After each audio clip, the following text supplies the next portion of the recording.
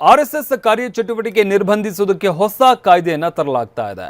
ಸಾರ್ವಜನಿಕ ಪ್ರದೇಶ ಹಾಗೆ ಪ್ರವೇಶ ನಿಯಂತ್ರಣ ವಿಧೇಯಕ ಇದು. ಸಚಿವ ಸಂಪುಟ ಸಭೆಯಲ್ಲಿ ವಿಧೇಯಕ ಮಂಡನೆಗೆ ಒಪ್ಪಿಗೆಯನ್ನ ಕೂಡ ನೀಡಲಾಗಿದೆ. ಆರ್ಎಸ್ಎಸ್ ಕಾರ್ಯಚಟುವಟಿಕೆ ನಿರ್ಬಂಧಿಸುವುದಕ್ಕೆ ಇಲ್ಲಿ ಗಮನಿಸಬೇಕಾಗಿರುವಂತದ್ದು ಆರ್ಎಸ್ಎಸ್ ಅನ್ನೋ ಪದ ಬಳಕೆ ಮಾಡಿಲ್ಲ, ಆದರೆ ಸಾರ್ವಜನಿಕ ಪ್ರದೇಶ ಪ್ರವೇಶ ನಿಯಂತ್ರಣ ವಿಧೇಯಕ ಇದು. ಸಚಿವ ಸಂಪುಟ ಸಭೆಯಲ್ಲಿ ವಿಧೇಯಕ ಮಂಡನೆಗೆ ಒಪ್ಪಿಗೆ ಸಿಕ್ಕಿದೆ. ಇದೇ ಅಧಿವೇಶನದಲ್ಲಿ ವಿಧೇಯಕ ಮಂಡನೆಗೆ ಒಪ್ಪಿಗೆ ಸಿಕ್ಕಿದೆ. ಕಲಬುರಗಿಯ ಚಿತ್ತಾಪುರ ಪಟ್ಟಣದಲ್ಲಿ ಆರ್ಎಸ್ಎಸ್ ಪಥಸಂಚಲನದ ವೇಳೆ ಅನುಮತಿ ಪಡೆಯುವ ವಿಚಾರಕ್ಕೆ ಹೈಕೋರ್ಟ್ ಮೆಟ್ಟಿಲೇರಿದ್ದಂತಹ ಆರ್ಎಸ್ಎಸ್ ಪಥಸಂಚಲನ ಕಾರ್ಯಕ್ರಮಗಳ ಆಯೋಜನೆ, ಸಾರ್ವಜನಿಕ ಕಾರ್ಯಕ್ರಮ ರೂಪಿಸುವುದನ್ನು ನಿರ್ಬಂಧಿಸುವುದಕ್ಕೆ ಕಾನೂನನ್ನು ತರೋದಕ್ಕೆ ಸರ್ಕಾರ ಈಗ ಮುಂದಾಗಿದೆ. ಇದಕ್ಕೆ ಸಂಬಂಧಪಟ್ಟಂತೆ ವಿಧೇಯಕವನ್ನು ಕೂಡ ಮಂಡನೆ ಮಾಡಲಾಗಿರುವಂಥದ್ದು. ಸಚಿವ ಸಂಪುಟ ಸಭೆಯಲ್ಲಿ ವಿಧೇಯಕ ಮಂಡನೆಗೆ ಒಪ್ಪಿಗೆ ಸಿಕ್ಕಿದೆ. ಇದೇ ಅಧಿವೇಶನದಲ್ಲಿ ವಿಧೇಯಕ ಮಂಡನೆಗೆ ಸಂಪುಟ ಒಪ್ಪಿಗೆಯನ್ನು ನೀಡಿರುವಂಥದ್ದು. ಆ ಕಾರಣದಿಂದಾಗಿ ಯಾವುದೇ ಕಾರ್ಯಕ್ರಮಗಳು ಸಾರ್ವಜನಿಕ ಕಾರ್ಯಕ್ರಮಗಳಾಗಬೇಕಾದಂಥ ಸಂದರ್ಭದಲ್ಲಿ ಸಾರ್ವಜನಿಕ ಪ್ರದೇಶದಲ್ಲಿ ಪ್ರವೇಶ ಮಾಡಬೇಕು ಅಂತಂದರೆ ಅನುಮತಿಯನ್ನು ಪಡಿಬೇಕಾಗತ್ತೆ. ಈ ಒಂದು ಕಾಯ್ದೆ ಅಡಿಯಲ್ಲಿ ಇದೇ ಕಾರಣದಿಂದಾಗಿ ಈಗ ಸದ್ಯಕ್ಕೆ ವಿಧೇಯಕ ಮಂಡನೆ ಮಾಡಲಾಗಿರುವಂಥದ್ದು. ವಿಧೇಯಕ ಒಪ್ಪಿಗೆ ಕೂಡ ಸಿಕ್ಕಿದೆ. ಸಚಿವ ಸಂಪುಟ ಸಭೆಯಲ್ಲಿ ಇವತ್ತು ಮಂಡನೆಯಾದಂತಹ ವಿಧೇಯಕ ಇದು. ಇದೇ ಅಧಿವೇಶನದಲ್ಲಿ ವಿಧೇಯಕ ಮಂಡನೆಗೆ ಒಪ್ಪಿಗೆ ಸಿಕ್ಕಿರುವಂಥದ್ದು. ಕಲಬುರಗಿಯ ಚಿತ್ತಾಪುರ ಪಟ್ಟಣದಲ್ಲಿ ಆರ್ಎಸ್ಎಸ್ ಪಥಸಂಚಲನದ ವೇಳೆ ಅನುಮತಿ ಪಡೆಯುವ ವಿಚಾರಕ್ಕೆ ಈ ಒಂದು ಪ್ರಕರಣ ಹೈಕೋರ್ಟ್ವರೆಗೂ ಕೂಡ ಹೋಗಿತ್ತು. ಇದರಿಂದಾಗಿ ಸರ್ಕಾರ ಒಂದಷ್ಟು ಮಾರ್ಗಸೂಚಿಯನ್ನು ಈ ಮುಖಾಂತರ ಬಿಡುಗಡೆ ಮಾಡ್ತಾ ಇರುವಂಥದ್ದು. ಇನ್ನು ಆರ್ಎಸ್ಎಸ್ ಚಟುವಟಿಕೆ ನಿಯಂತ್ರಣಕ್ಕೆ ಸರ್ಕಾರದ ಹೊಸ ಕಾನೂನಲ್ಲಿ ಏನೆಲ್ಲ ಇರಬಹುದು ಅಂತ ನಾವು ನೋಡೋದಾದ್ರೆ, ಸಾರ್ವಜನಿಕ ಸ್ಥಳದಲ್ಲಿ ಆರ್ಎಸ್ಎಸ್ ಚಟುವಟಿಕೆಗೆ ಅನುಮತಿ ಕಡ್ಡಾಯವಾಗಿ ಪಡಿಬೇಕಾಗುತ್ತೆ. ಅನುಮತಿ ಪಡೆಯದೆ ಸರ್ಕಾರಿ ಜಾಗದಲ್ಲಿ ಬೈಠಕ್ಕಿಗೆ ಅವಕಾಶ ಇಲ್ಲ. ಅನುಮತಿ ಪಡೆಯದೆ ಆರ್ಎಸ್ಎಸ್ ಪಥಸಂಚಲನಕ್ಕೆ ಅವಕಾಶ ಇಲ್ಲ. ಜಿಲ್ಲಾಧಿಕಾರಿ ಮತ್ತು ಜಿಲ್ಲಾ ಎಸ್ಪಿ ಇಬ್ಬರು ಕಡೆಯಿಂದಲೂ ಕೂಡ ಅನುಮತಿಯನ್ನ ಪಡ್ಕೊಳ್ಬೇಕು. ಒಂದು ವೇಳೆ ನಿಯಮ ಉಲ್ಲಂಘಿಸಿ ಅತಿಕ್ರಮಣ ಪ್ರವೇಶ ಮಾಡಿದ್ರೆ ವಿಧೇಯಕದ ಅಡಿಯಲ್ಲಿ ಆರ್ಎಸ್ಎಸ್ ಧ್ವಜಕ್ಕೂ ಕೂಡ ಅನುಮತಿ ನಿರಾಕರಣೆ ಮಾಡುವಂತ ಸಾಧ್ಯತೆ ಇದೆ. ವಿಧೇಯಕದ ಅಡಿಯಲ್ಲಿ ಅನಧಿಕೃತ ವಸ್ತುಗಳು ಸಾಮಗ್ರಿಗಳನ್ನು ವಶಕ್ಕೆ ಪಡೆಯುವುದಕ್ಕೂ ಕೂಡ ಅವಕಾಶ ಇದೆ. ಅಂದ್ರೆ ಅಲ್ಲಿಗೆ ಯಾವುದೇ ವಸ್ತುಗಳನ್ನು ಅವರು ತಂದಿದ್ರೂ ಕೂಡ ಅವುಗಳನ್ನು ವಶಕ್ಕೆ ಪಡ್ಕೊಳ್ಳುವಂಥ ಸಾಧ್ಯತೆ ಇದೆ. ಇದ್ರ ಜೊತೆಗೆ ಆರ್ಎಸ್ಎಸ್ ಚಟುವಟಿಕೆ ನಿಯಂತ್ರಣಕ್ಕೆ ಸರ್ಕಾರ ಏನೆಲ್ಲ ಕಾನೂನು ಅಂದರೆ ಈ ವಿಧೇಯಕದಲ್ಲಿ ಏನೆಲ್ಲ ಇರಬಹುದು ಅಂತ ನಾವು ನೋಡೋದಾದ್ರೆ, ಸಾರ್ವಜನಿಕ ಸ್ಥಳದಲ್ಲಿ ಆರ್ಎಸ್ಎಸ್ ಚಟುವಟಿಕೆಗಳಿಗೆ ಅನುಮತಿಯನ್ನು ಕಡ್ಡಾಯವಾಗಿ ಪಡ್ಕೊಳ್ಬೇಕಾಗುತ್ತೆ. ಈ ಬಗ್ಗೆ ಮತ್ತಷ್ಟು ಮಾಹಿತಿ ನೀಡ್ತಾರೆ ನಮ್ಮ ಪ್ರತಿನಿಧಿ ಪ್ರಮೋದ್. ಗಮನಿಸ್ತಾ ಇದ್ದೀವಿ, ಆರ್ಎಸ್ಎಸ್ ಹೆಸರೇಳದಲ್ಲೇ ಒಂದಷ್ಟು ಸಂಘ ಸಂಸ್ಥೆಗಳು ಅಥವಾ ವಿಧೇಯಕವನ್ನ ಇವತ್ತು ಮಂಡನೆ ಮಾಡಿರುವಂಥದ್ದು. ಹಾಗಾದ್ರೆ ಏನೆಲ್ಲ ಇದೆ ಈ ಕಾನೂನಿನಲ್ಲಿ ಅಂತ?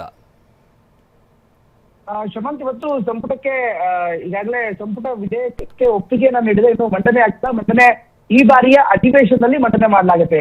ವೆರಿ ಇಂಪಾರ್ಟೆಂಟ್ಲಿ ಇಲ್ಲಿ RSS ನ ಹೆಸರಲ್ಲದೆ ಸಂಘ ಸಂಸ್ಥೆಗಳು, ವ್ಯಕ್ತಿಗಳು ಅಥವಾ ಒಕ್ಕೂಟ ಇದೆಲ್ಲವನ್ನೂ ಕೂಡ ಸೇರಿಸಿ ಯಾರ್ಯಾರು ಸರ್ಕಾರಿ ಜಾಗದಲ್ಲಿ ಅಥವಾ ಸರ್ಕಾರಿ ಸ್ಥಳದಲ್ಲಿ ಅಥವಾ ಸರ್ಕಾರಿ ಮೈದಾನದಲ್ಲಿ ಚಟುವಟಿಕೆಗಳನ್ನ ಮಾಡ್ತಾರೆ ಅವರು ಕಡ್ಡಾಯವಾಗಿ ಅನುಮತಿಯನ್ನ ಪಡ್ಕೋಬೇಕು ಅನ್ನುವಂತ ಒಂದು ವಿಧೇಯಕವನ್ನ ತರಲಾಗಿದೆ. ಹಾಗಾದ್ರೆ ಇದುವರೆಗೂ ಕೂಡ ಅನುಮತಿಯನ್ನ ಪಡ್ಕೊಳ್ತಾ ಇರ್ಲಿಲ್ವಾ ಇದಿರುವಂತಹ ಪ್ರಶ್ನೆ.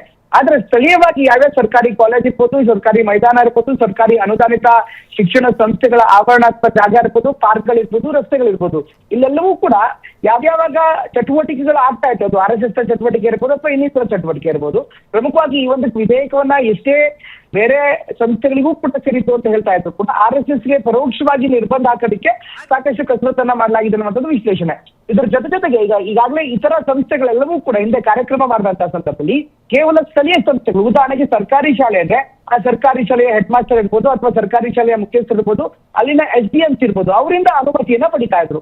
ಆದ್ರೆ ಈಗ ಈ ವಿಧೇಯಕದಲ್ಲಿ ಇರುವಂತದ್ದು ಏನಂದ್ರೆ ಕೇವಲ ಸ್ಥಳೀಯ ಅಧಿಕಾರಿಗಳ ಅನುಮತಿ ಅಷ್ಟೇ ಅಲ್ಲ, ಅದಕ್ಕಿಂತ ಹೆಚ್ಚಾಗಿ SP ಮತ್ತು DC ಅನುಮತಿ ಕೂಡ ಬೇಕು, ಪೊಲೀಸ್ ಅನುಮತಿ ಕೂಡ ಕಡ್ಡಾಯ, ಅಥವಾ SP ಮತ್ತು DC ಹೇಳಿದಂತ ಅಧಿಕಾರಿಗಳಿಂದ ಅನುಮತಿ ಪಡಿಬಹುದಾಗಿದೆ. ಇದಿರುವಂತಹ ವಿಚಾರ.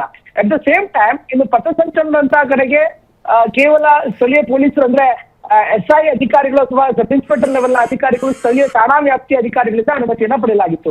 ಈಗ ಅದರ ಬದಲಾಗಿ ನೇರವಾಗಿ SP ಅಥವಾ DC ಲೆವೆಲ್ ಅಧಿಕಾರಿಗಳಿಂದ ಪಡೆಯಬೇಕಾಗುತ್ತೆ. ಜೊತೆಗೆ ಸರ್ಕಾರವೂ ಕೂಡ ಈ ಒಂದು ಸಂಪೂರ್ಣ ಚಟುವಟಿಕೆಗಳಲ್ಲಿ ಸರ್ಕಾರವೂ ಕೂಡ ನಿರ್ಧಾರಗಳನ್ನ ಮಾಡಬಹುದಾಗಿದೆ. ಉದಾಹರಣೆಗೆ SP ಮತ್ತೆ DC ಅನುಮತಿ ಕೊಟ್ಟರು ಕೂಡ ಸರ್ಕಾರಕ್ಕನಿಸ್ತು ಒಂದ್ ವೇಳೆ ಅನುಮತಿ ಕೊಡೋದು ಬೇಡ ಅಂತ, ಆಗ ಸರ್ಕಾರ SP ಮತ್ತು DC ಕೊಟ್ಟಿರುವಂತ ಅನುಮತಿಯನ್ನ ರದ್ದುಗೊಳಿಸಿ ಸರ್ಕಾರ ಅದನ್ನ ರದ್ದು ಮಾಡಬಹುದಾಗುತ್ತೆ. ಅಥವಾ ಸರ್ಕಾರ SP ಮತ್ತು DC ಕೊಟ್ಟಿರುವಂತ ಅನುಮತಿಯನ್ನ ನಿರಾಕರಿಸಬಹುದಾಗುತ್ತೆ. ಹೀಗಾಗಿ ಸರ್ಕಾರಕ್ಕೂ ಕೂಡ ಒಂದು ಅಧಿಕಾರವನ್ನ ಇವತ್ತು ವಿಧೇಯಕದಲ್ಲಿ ಕೊಡಲಾಗಿದೆ.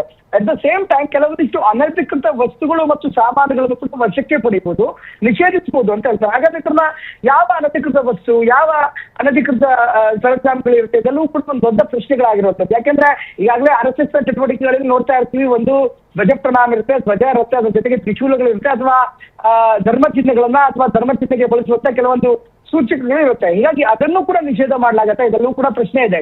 ಈಗ ಜೊತೆಗೆ ಮುಂದಿನ ನವರಾತ್ರಿ ಸಂದರ್ಭದಲ್ಲಿ ಅಥವಾ ವಿಜಯದಶಮಿ ಸಂದರ್ಭದಲ್ಲಿ ದೊಡ್ಡ ದೊಡ್ಡ ಪಥಸಂಚಲನಗಳಿರುತ್ತೆ. ಈ ಬಾರಿಯ ಪಥಸಂಚಲನದಲ್ಲಿ ಈ ವಿಧೇಯಕ ಪಾಸ್ ಆದರೆ ಸಹಜವಾಗಿ ಅದೆಲ್ಲವೂ ಕೂಡ ಪ್ರಶ್ನೆ ಆಗುತ್ತೆ. ಇನ್ನು ವಿಧೇಯಕ ಮಂಡನೆ ಆಗಿ ಅಲ್ಲಿ ವಿಧಾನಸಭೆ ಅಂಗೀಕಾರ ಆದ ಬಳಿಕ ರಾಜ್ಯಪಾಲರಿಗೆ ಅಂಕಿತ ಹಾಕೇ ಬಿಡ್ತಾರೆ ಅಂತಲ್ಲ, ಬಟ್ ಇದೆಲ್ಲವೂ ಕೂಡ ಕೇವಲ ಒಂದು ಪ್ರೋಸೆಸ್. ಈ ಪ್ರೋಸೆಸ್ ಯಾರ ನಿರ್ಬಂಧಕ್ಕೆ ಅಥವಾ ಯಾರನ್ನ ಪರೋಕ್ಷವಾಗಿ ಕಟ್ಟಾಕೋದಿಕ್ಕೆ ಅಂತ ವಿಶ್ಲೇಷಣೆ ಮಾಡೋದು. ಅದು ಕೇವಲ ಸಂಘ ಸಂಸ್ಥೆಗಳು ಅಂತ ಹೆಸರು ಹೇಳ್ಬೋದು, ಅಲ್ಲಿ ಯಾವುದೇ ರೀತಿಯ ಪರ್ಟಿಕ್ಯುಲರ್ ಸಂಘ ಸಂಸ್ಥೆಗಳ ಹೆಸರು ಉಲ್ಲೇಖ ಆಗದೆ ಇರ್ಬೋದು. ಆದ್ರೆ ಅದನ್ನ ಇತ್ತೀಚೆಗೆ ಪ್ರಿಯಾಂಕ್ ಖರ್ಗೆ ಅವರು ಕೂಡ ಒಂದಿಷ್ಟು ಪತ್ರವನ್ನ ಬರೆದಿದ್ರು. ಸರ್ಕಾರಿ ಶಾಲೆಗಳಲ್ಲಿ ಅಥವಾ ಸರ್ಕಾರಿ ಜಾಗಗಳಲ್ಲಿ, ಪಾರ್ಕ್ಗಳಲ್ಲಿ ಯಾವುದೇ ಕಾರಣಕ್ಕೂ RSS ಚಟುವಟಿಕೆಗಳಿಗೆ, ಬೈಠಕ್ಗಳಿಗೆ, ಶಾಖೆಗಳಿಗೆ ಅನುಮತಿ ಕೊಡಬಾರ್ದು ಅಂತ ಅಂದಿನ ಮುಖ್ಯಮಂತ್ರಿ ಸಿದ್ದರಾಮಯ್ಯರಿಗೆ ಪತ್ರವನ್ನ ಬರೆದ್ರು. ಅದಾದ ಬಳಿಕ ಸರ್ಕಾರಿ ಆದೇಶ ಕೂಡ ಆಗಿತ್ತು. ಆದೇಶ ಅದನ್ನ ಹೈಕೋರ್ಟ್ ಅಲ್ಲಿ ಪ್ರಶ್ನೆ ಮಾಡಲಾಗಿತ್ತು. ಹೈಕೋರ್ಟ್ ಸರ್ಕಾರ ಕೊಟ್ಟಂತ ಏನು ಅನುಮತಿ ಅಂತ ನಿರ್ಬಂಧಕ್ಕೆ ತಡೆ ಕೊಟ್ಟಿತ್ತು. ಯಾಕೆಂದ್ರೆ ಕಾನೂನಲ್ಲಿ ಅವಕಾಶ ಇದೆ ಅಂತ. ಈಗ ಸರ್ಕಾರವೇ ನಿರ್ಬಂಧ ವಿಧಿಸಿ ಒಂದು ಕಾನೂನು ಅಂತ ತರ್ತಾ ಇದೆ. ಹೀಗಾಗಿ ನ್ಯಾಯಾಲಯಗಳು ಕೂಡ ಆ ಕಾನೂನಿಗೆ ಅನುಗುಣವಾಗಿ ಮುಂದಿನ ದಿನಗಳಲ್ಲಿ ತೀರ್ಮಾನವನ್ನು ಕೊಡ್ಬೇಕಾಗುತ್ತೆ. ಆದ್ರೆ ವಿಧೇಯಕ ಕೇವಲ ವಿಧಾನ ಮಂಡಲದಲ್ಲಿ ಒಪ್ಪಿಗೆ ಪಡೆಯುತ್ತಾ, ನಂತರ ರಾಜ್ಯಪಾಲರ ಒಪ್ಪಿಗೆ ಕೊಡ್ತಾರ, ಇದೆಲ್ಲ ಪ್ರಶ್ನೆ ಇದೆ. ಬಟ್ ಈ ಎಲ್ಲಾ ಪ್ರಶ್ನೆಗಳ ನಡುವೆ ಇದೊಂದು ಚರ್ಚೆ ಅಂತೂ ಹುಟ್ಟಾಕಿದೆ. ಶಮನ್, ಧನ್ಯವಾದ ಪ್ರಮೋದ್ ನಿಮ್ಮೆಲ್ಲ ಮಾಹಿತಿಗಾಗಿ. ಇನ್ನು ಸಾರ್ವಜನಿಕ ಸ್ಥಳದಲ್ಲಿ ಕಾರ್ಯಕ್ರಮಕ್ಕೆ ಒಪ್ಪಿಗೆ ಬೇಕು, ಅನುಮತಿ ಪಡೆದು ಕಾರ್ಯಕ್ರಮವನ್ನು ಮಾಡಬೇಕು ಅಂತ ಸಿಎಂ ಡಿ ಕೆ ಶಿವಕುಮಾರ್ ಕೂಡ ಹೇಳಿದ್ದಾರೆ. ಬೆಂಗಳೂರಿನಲ್ಲಿ ಸಿಎಂ ಡಿ ಕೆ ಶಿವಕುಮಾರ್ ಹೇಳಿಕೆ ನೀಡಿದ್ದಾರೆ. ಪಾರ್ಟಿ ಪಕ್ಷ ಮತ್ತೊಂದು ಅಂತ ಏನಿಲ್ಲ, ನೀವು ನಾವು ಹೇಳದೆ ಕೇಳದೆ ನುಗ್ತೇವೆ ಅಲ್ವಾ. ಬೆಂಗಳೂರು ಅಥವಾ ಎಲ್ಲೇ ಆಗಲಿ, ಎಲ್ಲಾದರೂ ಕಾರ್ಯಕ್ರಮ ಆಗಲಿ, ಕಾರ್ಯಕ್ರಮ ಮಾಡಬೇಕಾದ್ರೆ ಅನುಮತಿಯನ್ನ ಪಡ್ಕೊಳ್ಬೇಕು ಅಂತ ಡಿ ಕೆ ಶಿವಕುಮಾರ್ ಹೇಳಿದ್ದಾರೆ. ಯಾರು ಅಲ್ಲ, ಯಾರೇ ಆಗಲಿ, ನೀವೇ ಆಗಲಿ, ನಾವೇ ಆಗಲಿ, ರಸ್ತೆಯಲ್ಲಿ ಇದನ್ನ ಪರ್ಮಿಷನ್ ಕಾರ್ಯಕ್ರಮ ಮಾಡಬೇಕು, ತಗೋಬೇಕು ಅಂತ. ಯಾವ ಪಾರ್ಟಿ ಪಕ್ಷ ಮತ್ತೊಂದು ಅಂತ ಏನಿಲ್ಲ. ಈಗ ನಾವೆಲ್ಲ ಸುಮ್ಮನೆ ಹೇಳ್ದೆ ಕೇಳದೆ ನುಗ್ಬಿಡ್ತೀವಲ್ಲ. ಯಾವುದೇ ಬೆಂಗಳೂರು ನಗರದಲ್ಲಾಗಲಿ, ಎಲ್ಲೇ ಆಗಲಿ, ಇದು ಪರ್ಮಿಷನ್ ತೆಗೆದುಕೊಂಡು ದಾಖಲೆ ಇರಬೇಕು. ಈಗ ನೋಡಿ, ನಮ್ಮ ಕೃಷ್ಣ ಬೈರೇಗೌಡರು ಅವ್ರ ನೇತೃತ್ವದಲ್ಲಿ ನಾವು ಇದನ್ನು ಮಾಡಿಸ್ತಾ ಇದ್ವಿ, ಫ್ರೀಡಂ ಪಾರ್ಕ್.